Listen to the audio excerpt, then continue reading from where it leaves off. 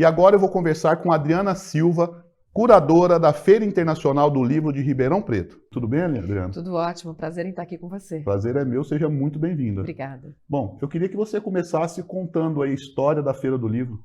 Bem, a gente já tem 21ª edição, o que é bastante, né? A ideia de criar uma feira em Ribeirão Preto tem a ver com Galeno Amorim, que era secretário de Cultura há tantos anos atrás. Ele tinha uma apreciação muito grande pela literatura.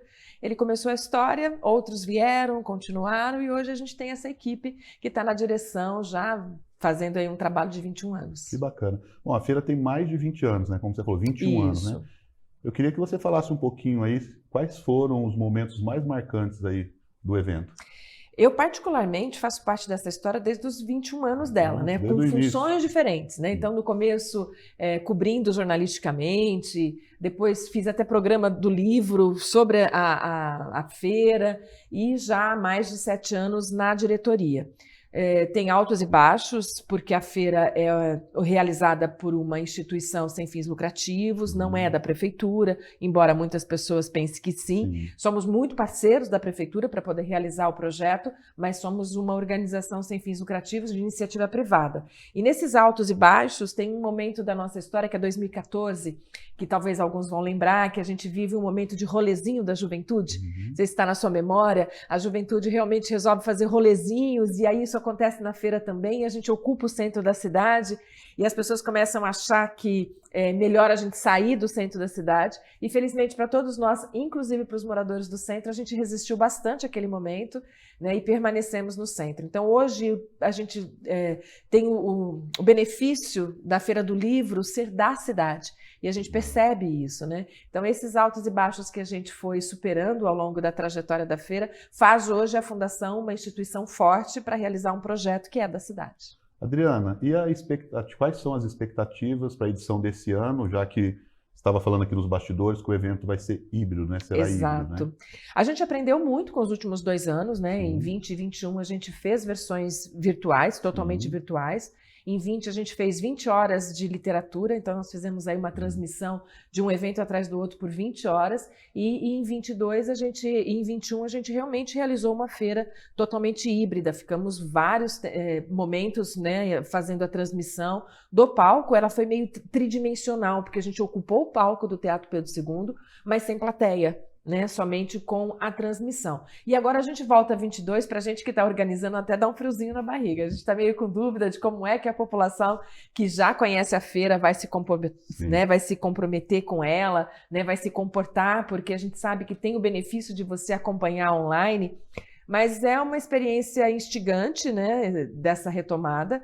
Nós estamos voltando no modelo de 2019, então a gente está voltando com tudo como era antes, né, e com alguns ups de virtual. Então as nossas conferências elas serão virtuais, mas a gente espera contar com a plateia no Teatro Pedro II, porque aí dinamiza, aquece, né, empolga as pessoas, porque a gente sabe que a literatura tem essa força. Eu queria que você falasse um pouquinho sobre quais são os temas em destaque desse ano e falar um pouquinho sobre cada um deles. Desde 2014, a Fundação optou por uma feira temática. Então, cada ano, motivados por vários itens, né, a gente escolhe um tema. O tema de 2022, ele tem a ver um pouquinho com a nossa brasilidade, por conta de coisas que estão acontecendo no Brasil, né? A gente teve aí no começo do ano a celebração dos 100 anos da Semana de Arte Moderna, né? Os 200 anos de independência, e aí por conta dessa temática a gente resolveu evidenciar a literatura brasileira.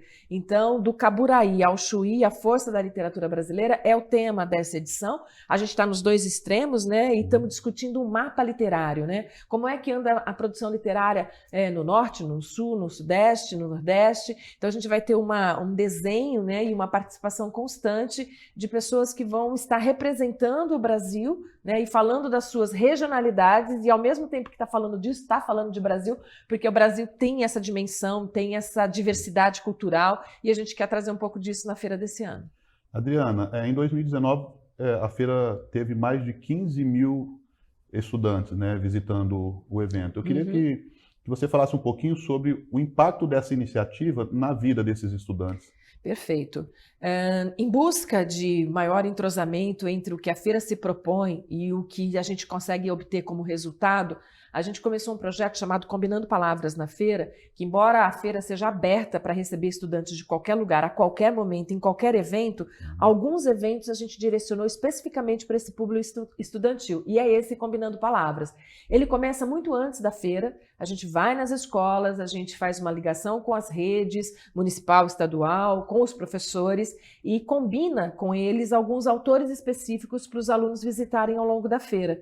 Então, esses alunos trabalham a obra desses autores e, durante a feira, a gente coloca esse autor em contato com esse aluno. Então, são 1000 alunos no Teatro Pedro II para conversar com o autor com quem ele já conversou. E as nossas devolutivas são muito favoráveis, de depoimentos de estudantes que narram mudanças nas suas trajetórias de vida, inclusive nas suas percepções de mundo. Acho que isso que é mágico, né?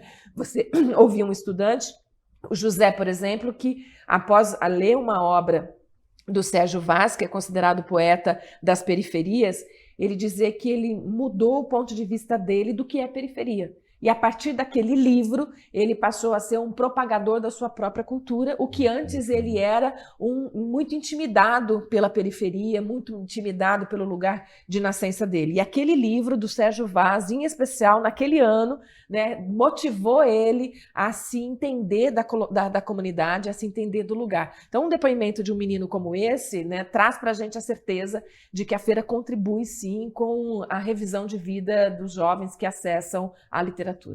A feira, toda edição, tem alguns homenageados.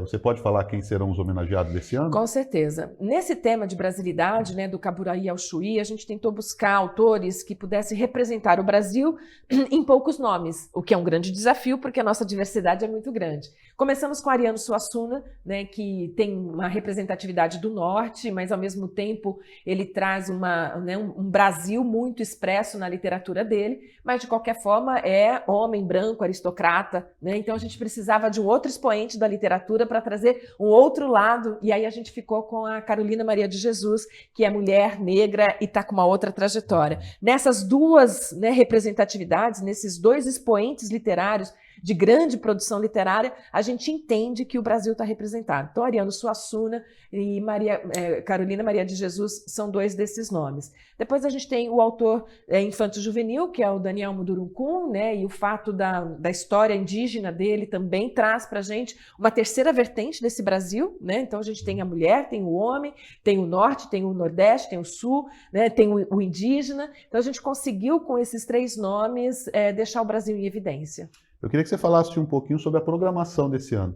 Então, nós começamos a feira no dia 20, vamos até o dia 28, né? A feira, ela tem esse lugar do internacional, então a gente tem nomes internacionais. A programação em si a gente ainda não está soltando, porque a gente tem um evento de lançamento da programação, mas os nomes estão dentro dessa lógica. A gente tem gente que vai falar sobre os 200 anos, gente que vai falar sobre os 100 anos, gente que vai trazer um pouco desse Brasil localizado nas suas regionalidades. A gente tem representantes internacionais que vão trazer para a gente o Brasil lá. Por exemplo, é difícil pensar em Brasil hoje sem pensar em América do Sul, então a gente tem essa representação também, algumas falas nesse sentido, espetáculos, teatro, música, né? A feira vem gigante para comemorar esse momento de retomada, que é muito importante, a gente celebrar, né, o fim da pandemia, e a gente espera realmente que seja fim, né, e trazer a oportunidade das pessoas acessarem pelo livro. Adriana, eu queria primeiramente agradecer a sua participação aqui no nosso programa e que você deixasse aí os contatos para quem quiser conhecer um pouquinho mais a respeito da feira. O nosso site é um site bem completo, né? A partir dele você acessa a programação que está acontecendo agora e já fica sabendo o que vem depois. Então, www, né, fundaçãodolivroleiturarp.com, e aí você consegue, a partir dos ícones diversos, né, transitar pelo nosso universo literário, conhecer a nossa programação cotidiana, porque, infelizmente, para todos nós, a Fundação, de um tempo para cá, ela não só realiza a feira é o seu maior projeto, sem dúvida nenhuma, é um projeto da cidade, mas ela realiza uma agenda literária ao longo do ano todo. Então, quem acessar as nossas redes sociais também consegue saber tudo o que está acontecendo. E eu aproveito para agradecer a oportunidade de falar com as pessoas que te acompanham, com todo o seu público, e convidar todo mundo, você, toda a sua equipe, todo todo mundo que está na sua audiência para estar lá no período de 20 a 28 de agosto, conferindo a 21ª Feira do Livro de Ribeirão Preto, com esse tema tão instigante do Caburaí ao Chuí, a força da literatura brasileira. Obrigado pela sua participação. Eu que agradeço.